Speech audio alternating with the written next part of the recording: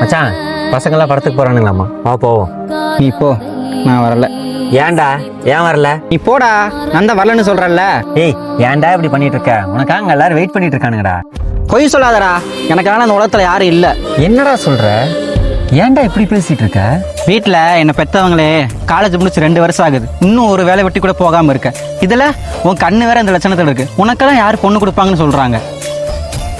வீட்டுல தான் நிம்மதி இல்ல. ஃப்ரெண்ட்ஸ் கூட சந்தோஷமா இருக்கலாம்னு பார்த்தா ஒருத்தனுக்கு ஒருத்தன், டே டோரிக்கண்ணா, டே முண்டக்கண்ணா, உன் கண்ணுக்கு நாங்க 2ஆ தெரியுறோமா இல்ல 4ஆ தெரியுறோமான்னு என் கண்ணை வச்சு கிண்டல் அடிக்கிறானுங்கடா.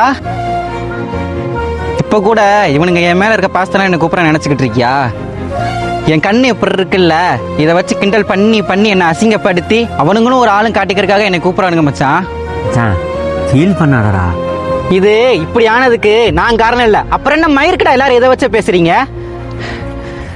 நீங்க சந்தோஷமா இருக்கணும், நீங்க ஜாலியா இருக்கணும், நீங்க என்னமோ பண்ணுங்கடா. எதுக்குடா ஒருத்தவங்க ஊனத்தை கிண்டல் பண்ணி சந்தோஷப்படுறீங்க?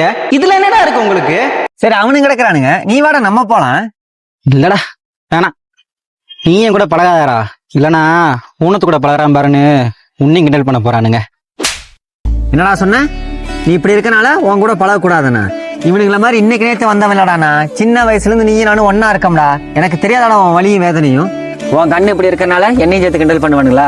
ஏய், நீ ஊனமா இருந்தாலும் சரி, இல்ல முறையா மூலையில உட்காந்து கிடந்தாலும் சரிடா, நீ என் உயிர்றா மச்சான். உன்னை அப்புறம் அடுத்தவங்களுக்காக விட்டு கொடுப்பேன். ஊனமாக இருக்கிறது தப்பு இல்லை, அது கடவுள் கொடுத்த ஒரு நிலை.